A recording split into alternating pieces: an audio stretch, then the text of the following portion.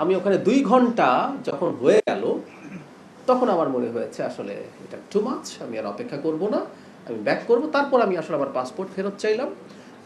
যখন আমি পাসপোর্ট ফেরত চাইলাম, তখন তাদের দিক থেকে খুবই আন্তরিকতাপূর্ণভাবে তারা, এটা বলতে হবে, তারা আমাকে রিকোয়েস্ট করেছেন। কিন্তু আমার মনে হলো হোয়াট হ্যাপেন্ড, এটার একটা প্রতিবাদ রেজিস্টার থাকা দরকার আছে। আমি খুব বিস্তারিত বলছি না, আমি আবারও বলছি, শুরুতেই বলেছি যে এটা আমাদের পররাষ্ট্র মন্ত্রণালয়, এখন এটা দুটো দেশের, এটা অভ্যন্তরীণ একটা ইস্যু হলে ব্যাপার ছিল, এটা যেহেতু দু দেশের ইস্যুতে পরিণত হয়েছে, এখানে একটা কূটনৈতিক পারস্পরিক যে যোগাযোগ আছে সেটা স্থাপিত হয়েছে, সেটা তাদেরকে ডিল করতে দেই। প্রথম প্রশ্ন হচ্ছে, আমার কূটনৈতিক পাসপোর্টটা আমি নেইনি মানে অন্য কোনো কারণে না, একটু আচ্ছা নিচ্ছি নেব করতে করতে হয়েছে। কূটনৈতিক পাসপোর্ট কোনো কারণ না, কারণ আমার পাসপোর্টে সার্ক স্টিকার দেওয়া হয়েছে, তার মানে কূটনৈতিক পাসপোর্ট যেভাবে কাজ করে সেভাবেই এফেক্টিভ হওয়ার কথা। So it's not at all a reason. কেউ বলছেন এই কূটনৈতিক, মানে আমি যদি কোনোদিনও কূটনৈতিক পাসপোর্ট নাও নেই, আমার কি বিদেশ ভ্রমণ বন্ধ হবে? আমি কূটনৈতিক পাসপোর্ট নিতে কিন্তু বাধ্যও না, ওটা একটা privilege which I can avail. আমি আমার জায়গা থেকে এটা আমি নিতে পারি চাইলে, কিন্তু এটা আমাকে নিতেই হবে এমন কোনো কথা নেই। এবং কেউ বলার চেষ্টা করছেন যে পাসপোর্ট কারণ ছিল, পাসপোর্ট কারণ ছিল না, অন্য কারণ ছিল। এগুলো আপনারা ইন্ডিয়ান মিডিয়াতেও আসলে কম বেশি এসছে। আচ্ছা, কি হয়েছিল আমি যা দেখেছি, আমি আমার কথাটুকু অল্প দুটো তিনটা বাক্যে বলি।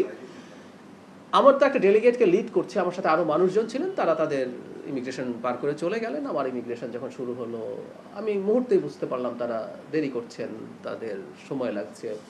তারা তারপরে নানান জনের সাথে কথাবার্তা বলছেন।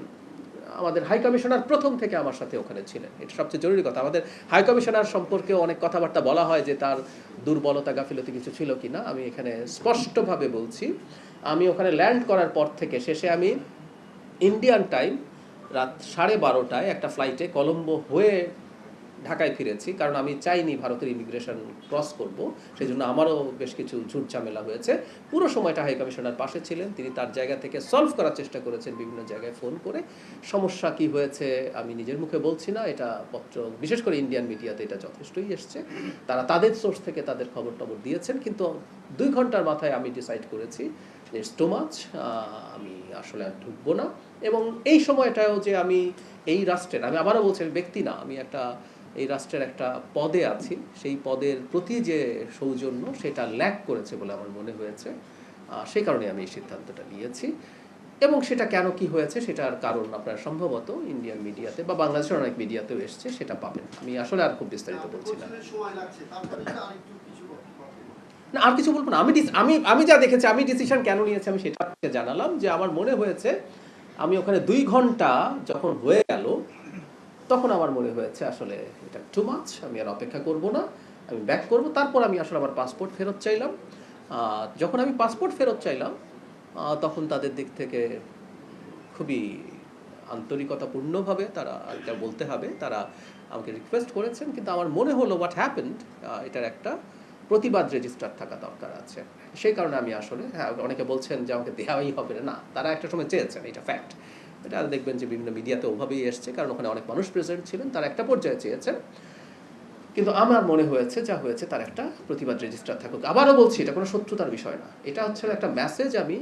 আমার জায়গা থেকে মনে হয়েছে দেয়া উচিত যে আমি ম্যালট্রিটেড হয়েছি, আমার সাথে সঠিক বিহেভ করা হয় নাই।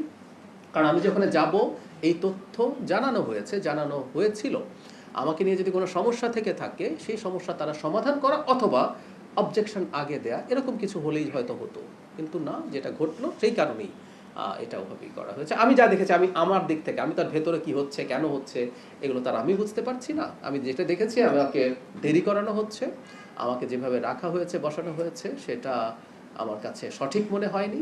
এবং আমাদের হাই কমিশনারকে আমি দেখেছি, তিনি বিভিন্ন পর্যায়ে যথেষ্ট চেষ্টা করছেন। এমন না যে 2 ঘন্টা আমি এমনি বসে আছি, তারা চেষ্টা করছেন। আমাদের হাই কমিশনারও যখন চেষ্টা করছেন এবং এটা যখন সলভ হচ্ছিল না দেখলাম, তখন আমার মনে হলো ইটস বেটার টু রিটার্ন।